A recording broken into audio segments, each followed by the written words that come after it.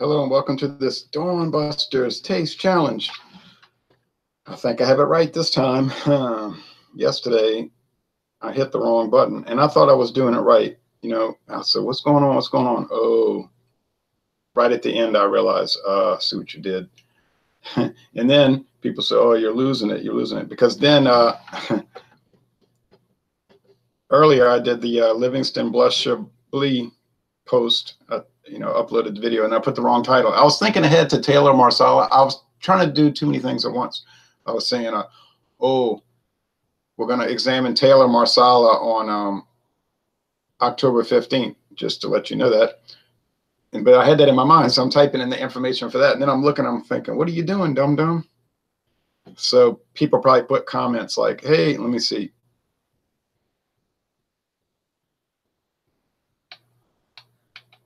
No. Okay, good. Good. I'll have to read and answer comments in a little while. I was busy. Rusk Mavaga says, William Kepley, where you at? Where you is? Where you is, William Kepley? William Kepley, where you is? Why are you not doing hangouts with us no more? All right. Well, so I did the Livingston Cellars upload, and then in about a month, I'll do another big wine, which would be the Carlo Rossi Chablis. But today, we're going to do J.W. Dance.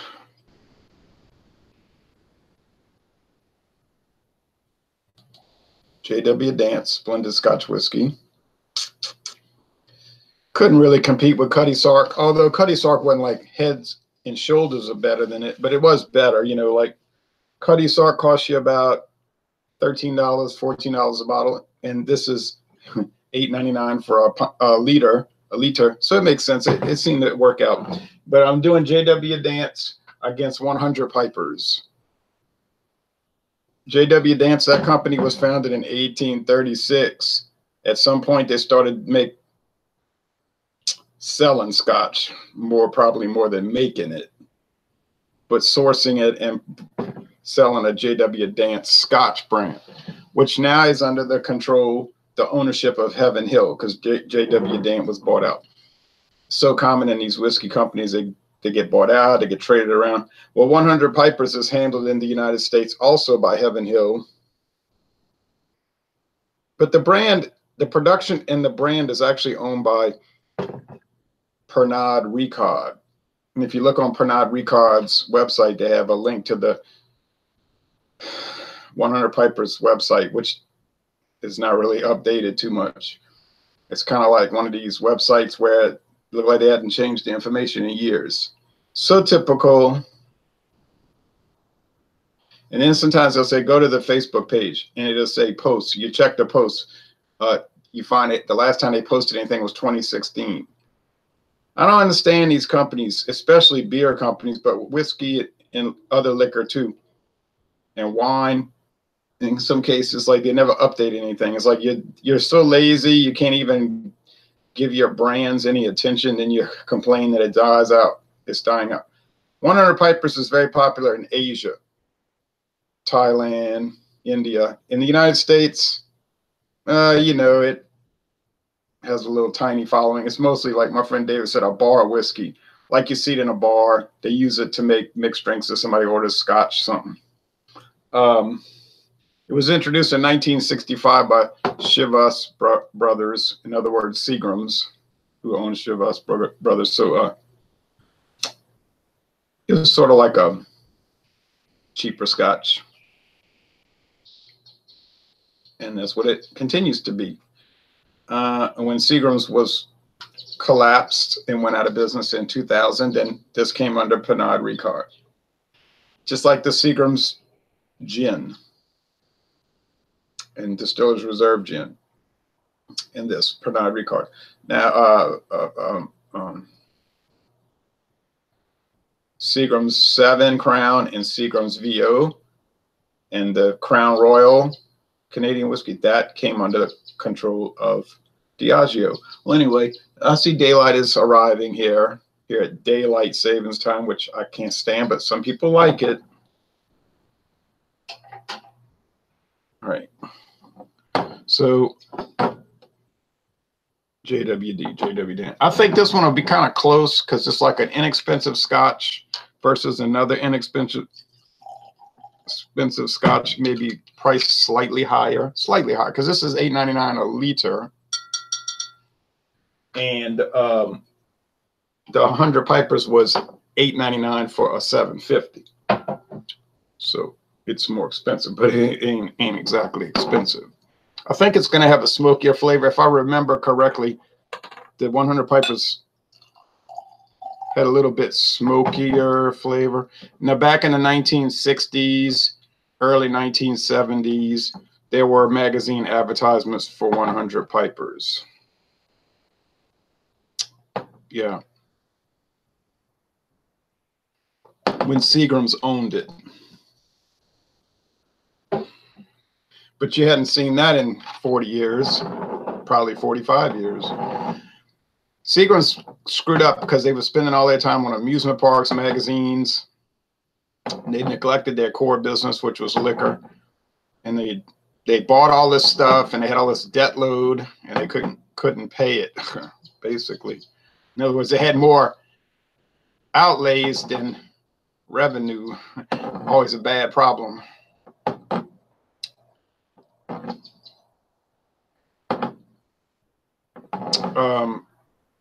So they, just like Stroh's Brewing, they thought they could make it by just buying everybody out. You know, they're struggling, like the 6 largest beer companies struggling, falling behind. So they figure we'll just buy out all the other struggling beer companies. Yeah, but there's only one problem. You have to be able to sell the stuff. So Stroh's was like, look at this huge portfolio. Yeah, a huge portfolio of stuff that doesn't sell particularly well. So you gotta have income. And then so Pabst, who did the same strategy, but I guess more effectively, bought them in 1999. Now Pabst has this big portfolio.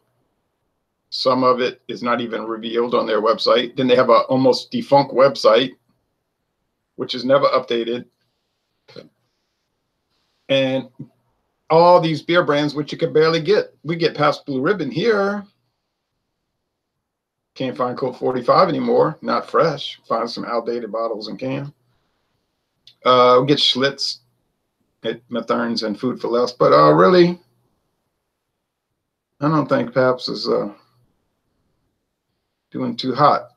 They were a flash for a while. Remember all the hipster stuff. But that's not my problem. I'm not worried about Pabst with their bizarre approach to liquor, beer. They got this new owner. I don't know what the Metropolis people, they did all right. They bought it, spruced it up a bit, and then flipped it, like buying a house and flipping it. Then this new guy bought it, and people were saying the Russians bought it. Well, Russia did not buy Pabst Brewing Company. A Russian immigrant who's been a citizen for like 20 years bought Pabst. But I don't know what their plans are. I mean, what is their business strategy to kill it off and lose all their money and their investment? I don't understand. Anyway, like I said, not my problem. I mean, I like to drink it, but I could live without it. Anyway, you might be holding out for a buyout, hoping for a buyout. I think they would have gotten bought out in 1999 if they didn't have antitrust interference from the government, Clinton administration, who generally was not anti-monopolistic. But Clintons tended to be corporatist. Not to say that I support antitrust laws. I do not. I'm a free enterprise guy, so I don't even think they should have the Clayton Antitrust Act or Sherman Antitrust Act. But that's another story. Let's go with the taste challenge. So I think it'll be a little challenge, like I said, but not a great challenge. They're comparable. Maybe the 100 Pipers is a little bit better. Well, I poured a little bit too much of this one, whatever it is.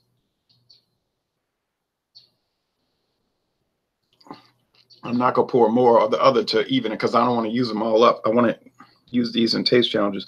Well, they're both golden with that little slightly green tint to them. And I was going to try to go to mass at 7:30, but I think I might do something different this morning. I don't mean not go to mass. I'm going to go to church. I'm talking about different church. I've been trying to go to every church in New Orleans, the New Orleans area, and I've got, I think, 19 left. 19. Last week I went to Our Lady of Lavang. Our Lady of Lavang. It was interesting. Of course, it was all in Vietnamese. I didn't know what they were saying. I could kind of follow generally the liturgy, and but I think I have 19 left, including the St. Nicholas of Myra Byzantine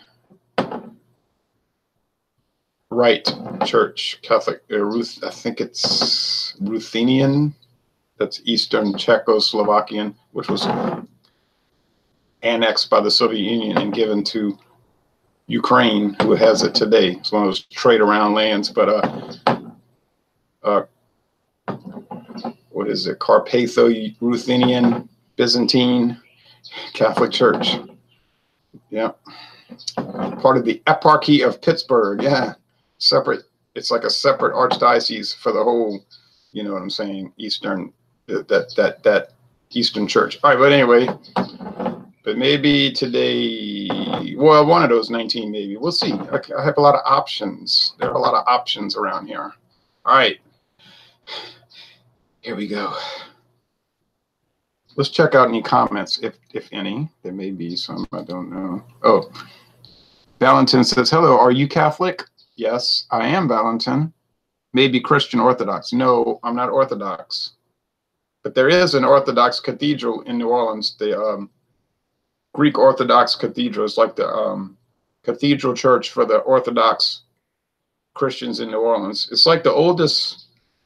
It's old. It's been there since 1830. Well, not the current church. The current church is new, the building, but the actual congregation, parish thing, I believe since 1830, it was founded by Greek immigrants. Yep. They have the Greek festival there every spring for Memorial Day weekend. Been there many times. All right. I've never been to an Eastern Rite Catholic church, you know, but I would like to do that one day. I think I'll save that to last because I'll be kind of intimidated to go there. You know, like, what if they do something different and I do it wrong and then people will look at me funny? They already look at me strange if I go to a black, you know, a black church. You know what I'm talking about, historically black Catholic church. In Louisiana, they used to literally have black and white Catholic churches because they were segregated up until like 1970, 65 to 70. That's a true story. Like St. Mary of the Angels in New Orleans, they were talking on their website, like it wasn't that black people had to sit in the back of the church. They weren't allowed in the church. They said, no, you go there. And then they had another church down the street and only blacks could go. But I mean, there were no whites wanting to go. That was the nature of segregation. But then now it's all integrated in New Orleans. Well, on paper, you understand. Theoretically integrated. In reality, not so much. But they'll look at me funny like, why is this guy here? Is he going to shoot the church up?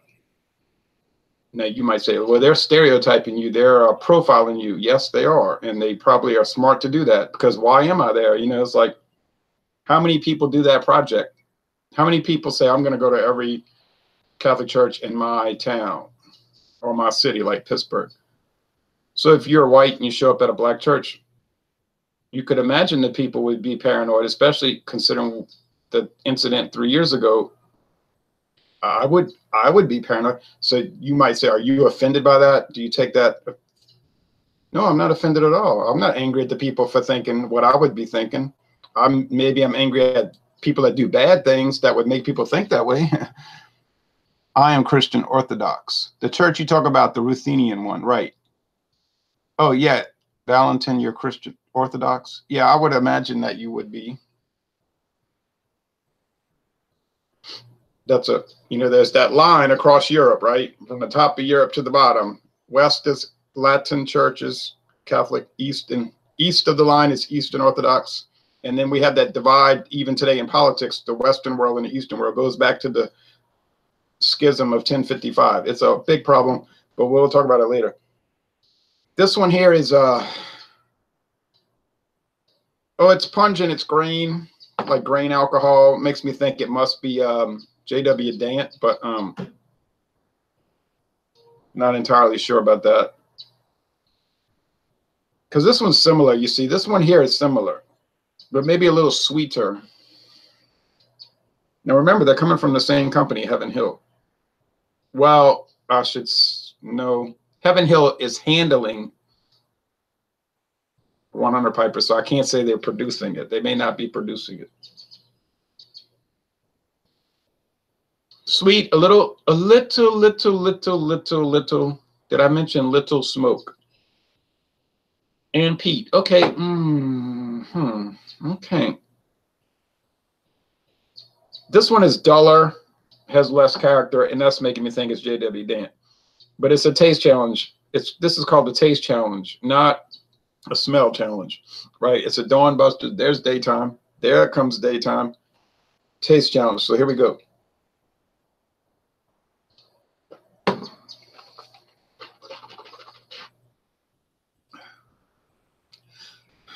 Oh, hold on a minute. This one has a smoky aspect for sure in the taste. A very noticeable smoke quality. Peat smoke.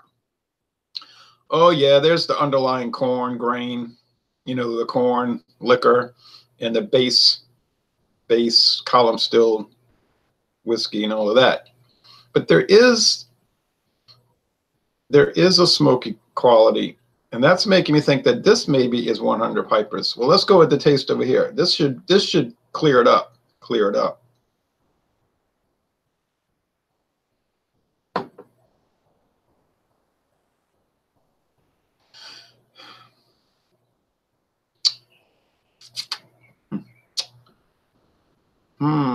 Well, not as smoky.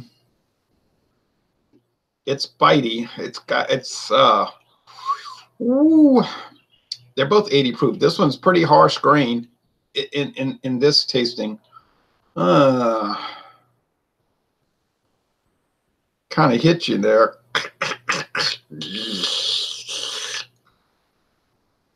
I need to do some more tasting before I declare.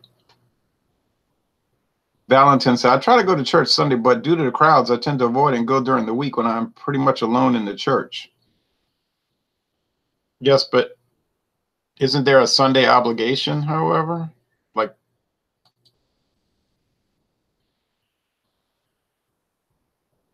I mean, in the Catholic Church, you have to go on Sunday. I mean, you could go to Saturday Vigil, but it's a day of obligation. It's not just, well, I'll go if I get around to it. Or if I can make it. That's not an option.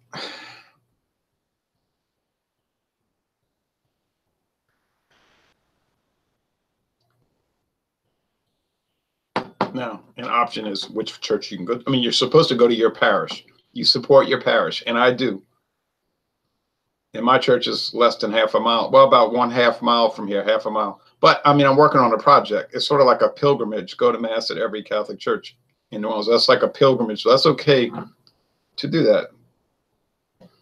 It's good to do. I had a priest tell me, "Oh, I like that idea. I love to do that too." He was telling me that.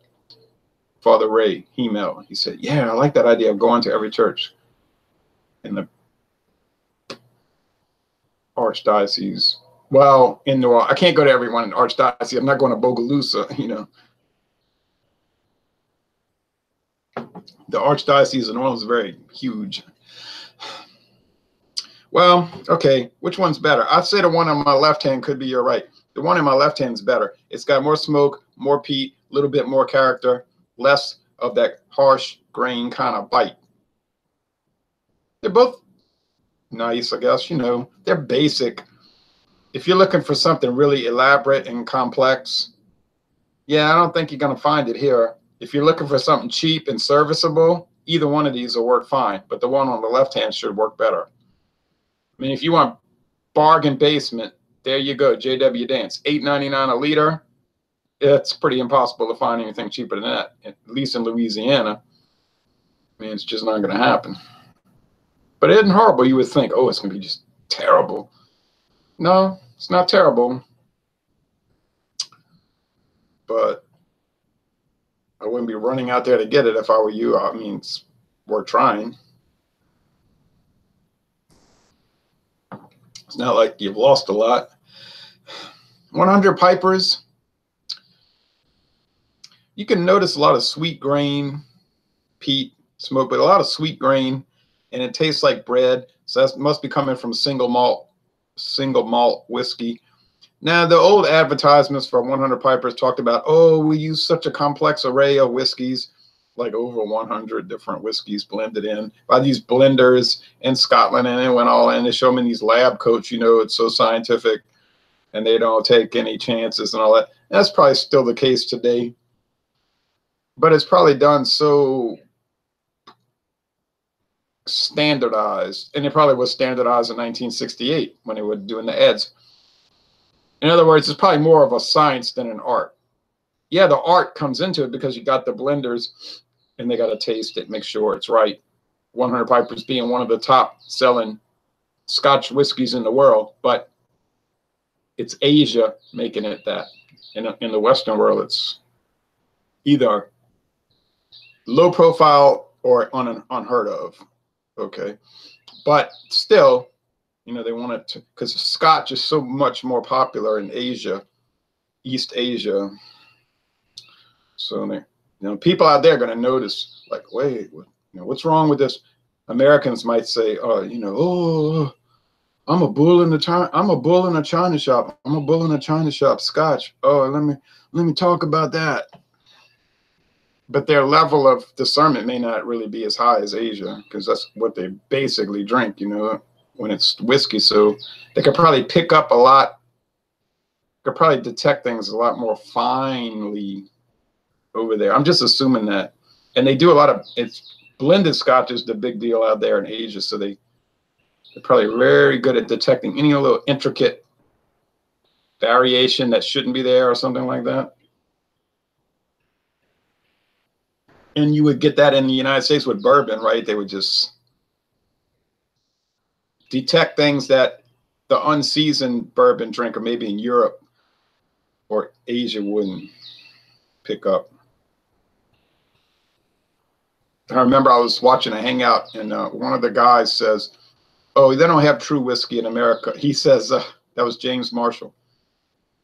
Well, they don't have true whiskey in America. It's all bourbon. And then Tom, the beer whisperer, just flipped out, went crazy, saying, blank you, know. He wasn't saying heck to you. And he was saying, bourbon is whiskey, you so-and-so. And it was funny to me to watch that. I said, well, you're right in what you're saying. It's just your approach is so abrasive that it probably isn't coming across. You know what I mean? It's like, wasn't the other guys that were in the hangout were sort of shocked, you know, like embarrassed, like, oh, wow. And I was saying, well, what he's saying is actually true. It's just the way it's being presented is not making me think that I'm going to see him in any more hangouts in that group. And that was one of the last, and I never did see him again. I guess he was uninvited, kind of like me.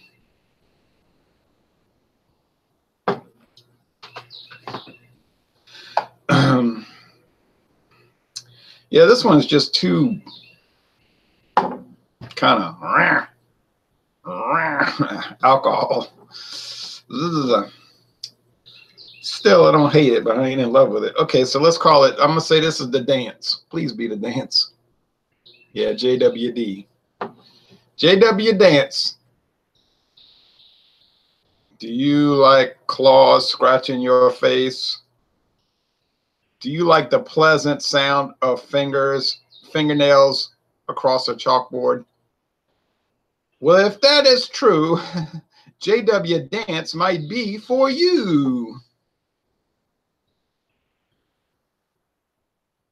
If you like something like that, but a little more character, then 100 Piper's a little more smoky. Now let's read the comments. And then, so I got it right. I did it. I did it.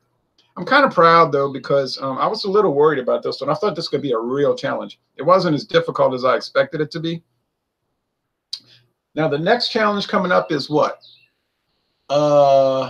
J.W. Dant versus Piper Dean, maybe? Piper Dean, that's about as basic as the dance. That could be a real challenge. It's like blah versus blah. Okay, hold on.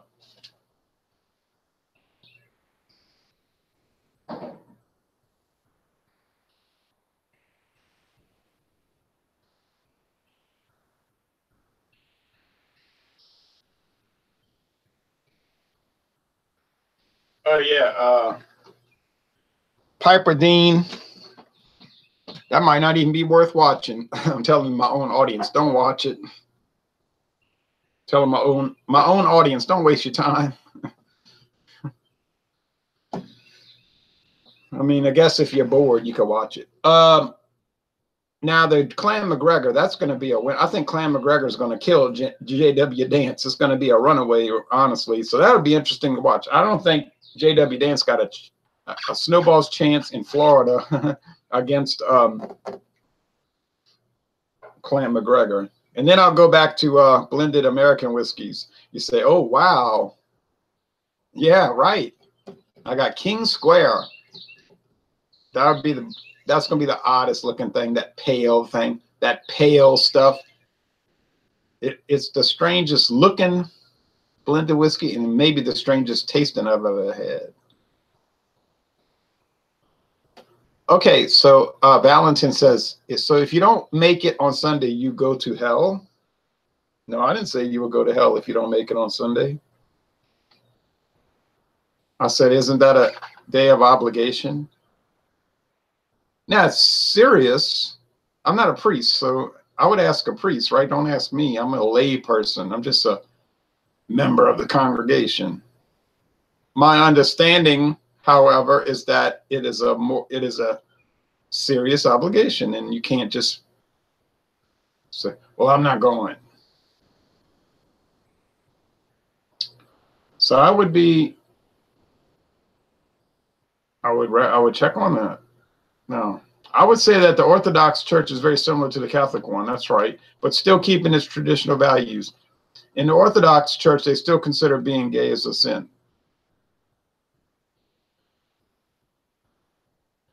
Well, the Catholic Church is similar. They're not saying being something is a sin, because you might have some odd bent or orientation that is disordered, right? That you say, well, I mean, I don't, so in my view, I'm interested in normal things like, I like to say, oh, look at that woman. Whoa, she's nice. So in our mind, like Valentin and myself, our mind, a man that's looking at another man and getting excited about it, in our mind, that's like warped. Like, how could that be? It doesn't make any sense. But maybe there's something going on, like that they didn't choose. They didn't say, oh, I'm going to have this idea in my head.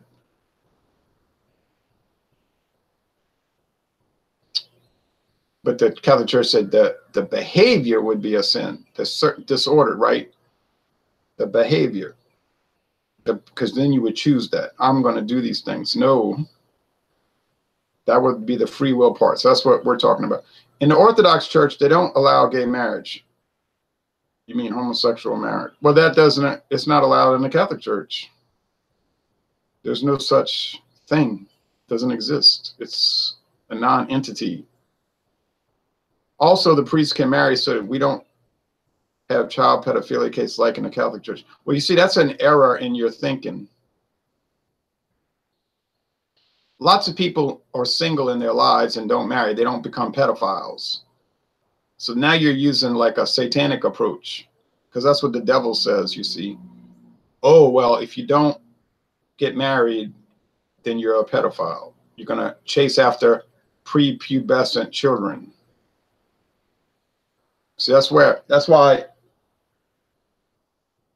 when people say that,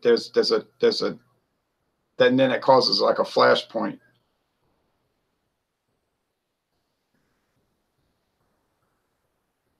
The Catholic Church does not allow priests to marry. Now, in Eastern Catholic churches, like I say, the Ruthenian, Carpatho-Ruthenian Church, priests can be married. Not bishops, but priests. People being single do not develop a pedophilia. That is from people who are either married or single, but they're deranged. You understand? They're deranged.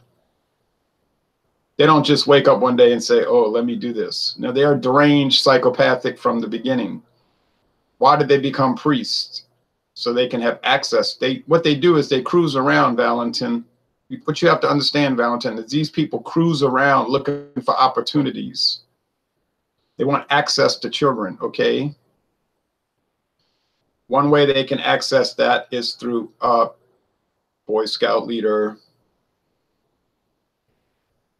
youth coach of a youth team, sporting team, or a priest, because they're going to be around children a lot. That's the problem there. It's not like these people say, well, I'm not married, so now I'm a homosexual and I'm into men. No, Valentin. No. They're already into that. They become priests as a cover. They go undercover, infiltrate. Okay, you have to understand this, Valentin. They infiltrate the church. No one's going to question why aren't they married or have a girlfriend, because they're a priest. They can be around other men and they can pursue their deranged hobby, you see. Valentin said, no, I don't think that, but it's just common sense. If you are married, you don't have time to rape young boys. What are you talking about? No, you're wrong again, because people that are married do this. They have people that are married, have children, and are hobbyists. They're pedophiles and homosexual hobbyists on the side. And that's another way they do it. They'll get married as a cover for the other deviant lifestyle. You understand? So they have a wife, they have children, and then they can hide in the legitimate world. And what they do, they go out and cruise for their, they tend to get caught, you understand? And they're not all into young boys. That is a hobby for these psychopaths, these sociopaths. They have some that like the teenage boys. In the Catholic Church, with the scandal, it's not really pedophilia. That's just what they say on TV. It's Jeff Knapp said, wow, this took a turn. Yeah, because people bring up topics, really, the Catholic Church scandal is mostly a homosexual scandal where it's involving teenage boys and young men, where they infiltrated the church. That my mother used to study this stuff in the 70s, these homosexual networks. Been around since the Roman Empire, you see. And my mother used to be very keen on that she was good at understanding their terminology, like chicken hawks.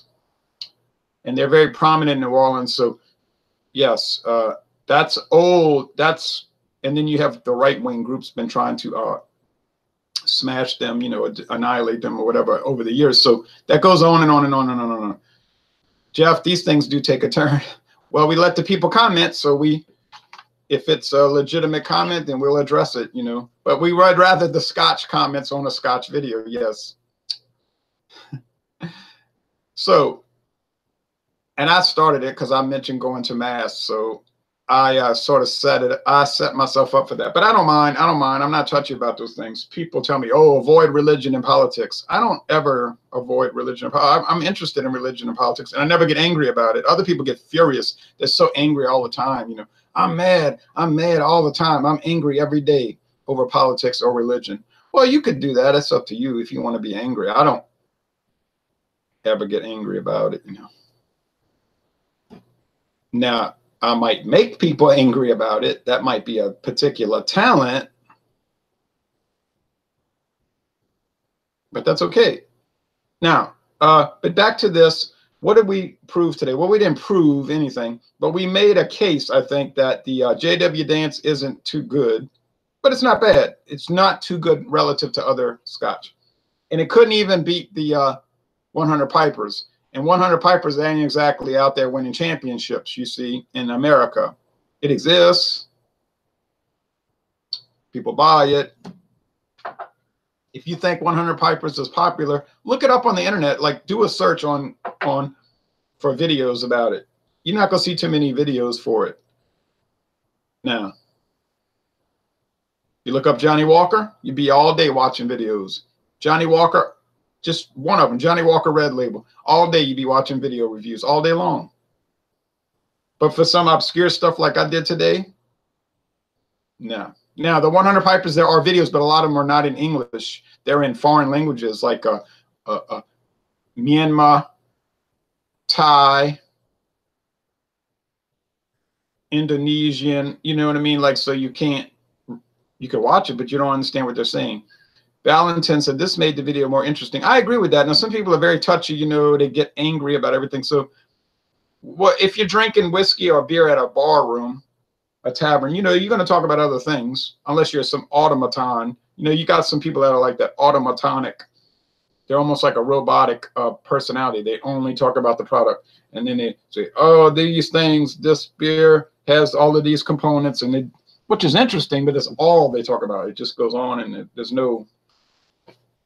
have no interaction with other people, you know. All right, well, anyway, so very interesting comments, Valentin. And we go on with that 1,000-year feud. Well, it's almost 1,000 years since 2055. 1,000-year feud between the Eastern Orthodox and the Catholic. The Eastern world, the Greek world, and the Latin world. Constantinople versus Rome, right? Cyrillic versus Latin alphabet. The whole divide. And that goes back to, right, the Eastern Roman Empire being detached from the Western Roman Empire, the split in the European world.